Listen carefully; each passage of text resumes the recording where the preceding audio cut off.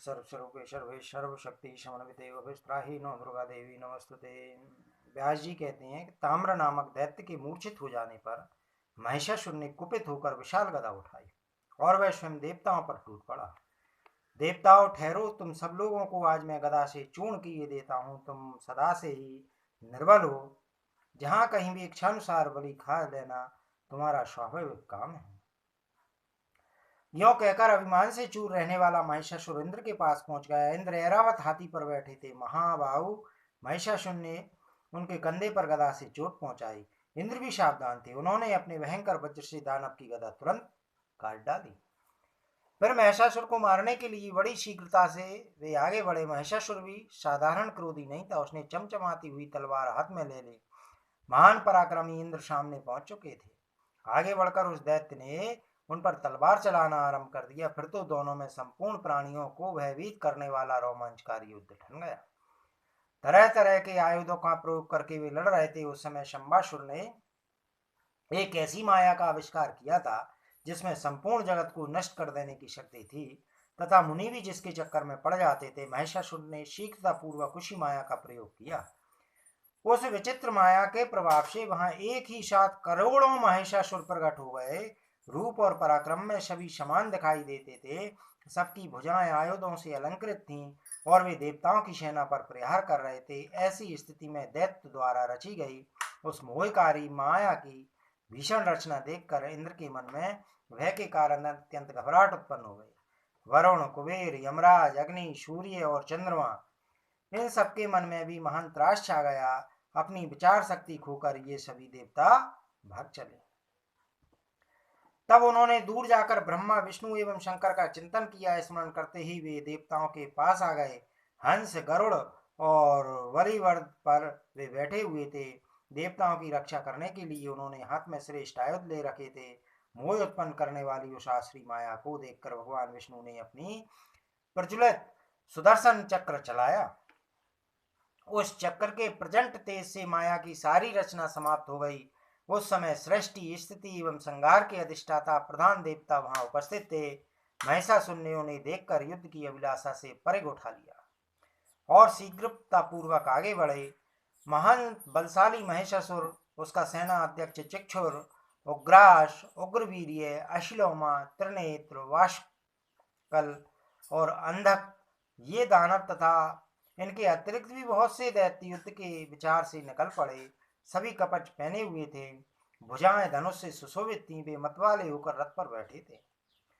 उन्होंने संपूर्ण देवताओं को इस प्रकार घेर लिया मानो श्यार सुकोमल बछड़ों को घेर कर खड़े हों।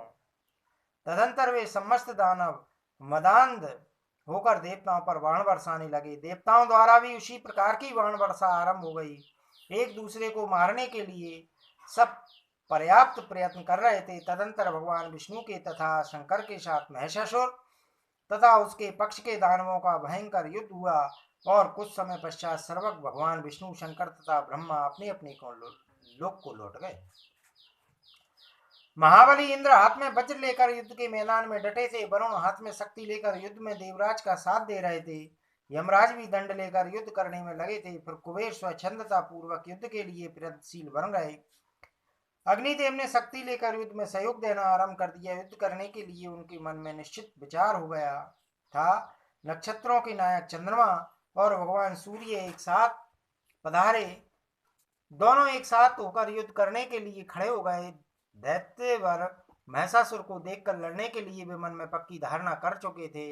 इतने में दानवी सेना सामने पहुंच गई। प्रत्येक सैनिक क्रोध में भरकर बाण बरसाने में तत्पर था। वे बाण ऐसे जान पड़ते थे मानो क्रूर सर्पों। सेना के बीच वह दानवराज भैंसे के रूप में उपस्थित था। दोनों दल के सैनिकों द्वारा भीषण गर्जना आरंभ हो गई और देवताओं तथा दानवों की सेना में अत्यंत भयंकर संग्राम मच गया। उस समय उनके धनुष टंकारने और ताल ठोकने से ऐसी आवाज निकल रही थी मानो मेघ गरज रहे हों। महाबली महिषासुर अभिमान में चूर था। उसने सींगों से पर्वत के शिखरों को फेंकना आरंभ कर दिया। उसके फेंके हुए पत्थरों से देवता घायल हो गए।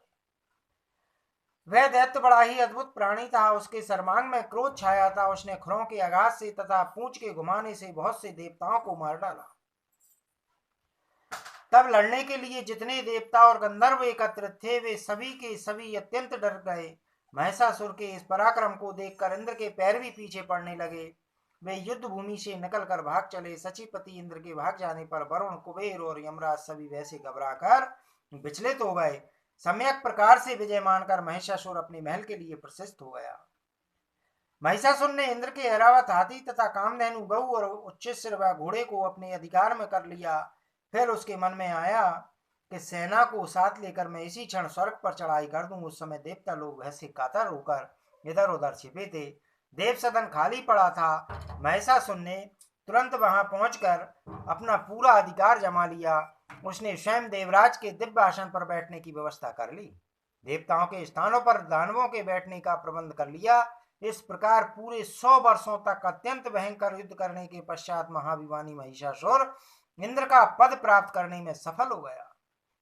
उसके इस भीषण प्रयत्न से संपूर्ण देवता स्वर्ग छोड़कर पर्वत की गुफाओं में वर्षों तक भटकते रहे। इस भयानक स्थिति में उन्हें महान क्लेश भोगने पड़े। राजन, निरंतर दुख सहने से जब देवताओं का साहस टूट गया, तब वे सब मिलकर पुनः ब्रह्मा जी की शरण में गए, क्योंकि प्रजा का सारा भार चतुर्मुख ब्रह्मा जी पर ही रहता है। उनका रूप राजसिक है। उस समय कमल के आसन पर विराजमान होकर वे वेद का निर्माण कर रहे थे। उन्हीं के विग्रह से प्रकट हुए मारीची आदि प्रमुख मुनिगण, जो संपूर्ण वेदों के पारगामी एवं शांत स्वभाव है, सेवा में प्रस्तुत थे। सिद्ध, चारण, गंधर्व, किन्नर, पन्नग और उरग सबके सब उन देवादिदेव जगत गुरु की स्तुति में संलग्न थे। देवता बोले, संपूर्ण दुख दूर करने वाले पद्मयोनि ब्रह्मा जी, इस समय सभी देवता संग्राम में दानवराज महिषासुर से परास्त होकर पर्वत की गुफाओं में कालक्षेप कर रहे हैं। स्थानच्युत हो जाने के कारण उन्हें महान कष्ट भोगना पड़ रहे हैं। हमारी ऐसी दयनीय दशा देखकर भी आप दया नहीं करते। यह कैसी विचित्र बात है। सैकड़ों अपराध करने पर भी शरण में आए हुए पुत्रों को क्या निर्लोभी पिता त्याग कर उनका अधोग गति में पड़े रहना स्वीकार कर सकता है? कदापि नहीं। आज दैत्यों के सताए जाने पर हम समस्त देवता दीनता पूर्वक आपकी शरण में आए हैं और अब भी आपकी उपेक्षा दृष्टि हो रही है। इस समय महिषासुर स्वर्ग और भूमंडल का राज भोग रहा है। ब्राह्मणों द्वारा यज्ञों में सर्वोत्तम भाग उसी को मिलता है। देव वृक्षों में श्रेष्ठ प्रजात के पुष्प से सेवन के लिए सुलभ हैं। यहाँ तक कि वह नीच समुद्र की अटूट निधि कामधेनु गौओं से भी स्वयं लाभ उठा रहा है। देवेश, हम कहाँ तक वर्णन करें। आप सर्व ज्ञान संपन्न हैं। महिषासुर का सारा वृतांत आपको विदित है। अतः प्रभु, हम सभी आपके चरणों में मस्तक झुकाए हैं। विभो, महिषासुर अवश्य महान नीच है। उसके द्वारा निरंतर घृणित चेष्टाएं होती रहती हैं। तरह तरह के निंदित कर्मों में वह निरत है। जहाँ कहीं भी देवता जाते हैं, वहीं वह उन्हें कष्ट पहुंचाता रहता है। देवेश, हम सब देवताओं के तो आप ही रक्षक हैं। हमें कल्याण के भागी बनाने की कृपा करें। आप संपूर्ण देवताओं में श्रेष्ठ हैं। सबकी सृष्टि आप पर निर्भर है। आप आदि पुरुष एवं मंगलमय हैं। आप में अनंत तेज निहित है। सबको शांति प्रदान करना आपका स्वभाव ही है। हम सभी देवता प्रज्वलित दावानल जैसे संताप से संतप्त हैं। यदि आप हमारे शरण नहीं बनते तो भला आप जैसे सर्व समर्थ प्रभु को छोड़कर हम दूसरे किसी की शरण में जाएं। व्यास जी कहते हैं, इस प्रकार स्तुति करके संपूर्ण देवता हाथ जोड़कर प्रजापति ब्रह्मा को प्रणाम करने लगे। उनके मुख पर अत्यंत उदासी छाई हुई थी। उस समय उन्हें अपार पीड़ा का अनुभव हो रहा था। उन्हें दुखी देखकर लोक पिता में ब्रह्मा जी मधुर वाणी में मानो देवताओं को सुख पहुंचाते हुए कहने लगे। ब्रह्मा जी बोले, देवताओं, मैं क्या करूं। महिषासुर को वर का अभिमान है। उसे कोई स्त्री ही मार सकती है, पुरुष नहीं मार सकता। ऐसी स्थिति में मैं क्या कर सकता हूँ। ऐसी स्थिति में देवताओं, हम सब लोग श्रेष्ठ पर्वत कैलाश पर चले। वहां संपूर्ण कार्यों के विशेषज्ञ भगवान शंकर विराजमान है। उन्हें अगुआ बनाकर हम लोग उस वैकुंठ में चले जहां भगवान विष्णु रहते हैं। उनसे मिलकर देवताओं के कार्य के विषय में विशेष रूप से विचार किया जाएगा। इस प्रकार कहकर ब्रह्मा जी हंस पर बैठे और देवताओं को साथ लेकर कैलाश की ओर चल पड़े। ब्रह्मा जी के पहुंचने के पूर्व ध्यान द्वारा उनके आगमन की सूचना भगवान शंकर को मिल गई थी। ब्रह्मा जी देवताओं के साथ आ रहे हैं, यह जानकर वे अपने भवन से बाहर निकल आए। दोनों महानुभावों का साक्षात्कार हुआ। परस्पर प्रणाम और आशीर्वाद होने लगा। तभी देवताओं ने शंकर जी के चरणों में मस्तक झुकाया। दोनों महानुभाव प्रसन्नता पूर्वक मिले। गिरजापति भगवान शंकर ने सभी देवताओं को बैठने के लिए अलग अलग आसन दिए। देवताओं के आसनों पर विराजने के पश्चात भगवान शंकर अपने आसन पर बैठे। ब्रह्मा जी से कुशल पूछने के उपरांत देवताओं के कैलाश पर आने का कारण पूछा। भगवान शंकर ने पूछा, ब्रह्मा जी, किस प्रयोजन से आपने इंद्र प्रभूति संपूर्ण देवताओं को साथ लेकर यहाँ पधारने का कष्ट किया है? महाभाग, आप आने का कारण स्पष्ट कीजिए। ब्रह्मा जी बोले, सुरेश, स्वर्ग में निवास करने वाले इन इंद्रादि समस्त देवताओं को महिषासुर महान क्लेश पहुंचा रहा है।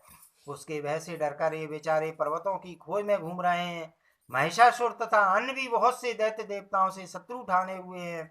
इस समय यज्ञ में उन्हीं को भाग मिल रहा है, अतः उनसे पीड़ित होकर ये सभी लोकपाल आपकी शरण में आए हैं। शंभु, आपके भवन पर इसी गुरुतर कार्य के लिए मेरे साथ इन देवताओं का आना हुआ है। सुरेश्वर, अब इनके कार्य के विषय में जो उचित जान पड़े वैसी व्यवस्था करने की कृपा करें, क्योंकि भूत भावन संपूर्ण देवताओं के कार्य का भार आप पर है।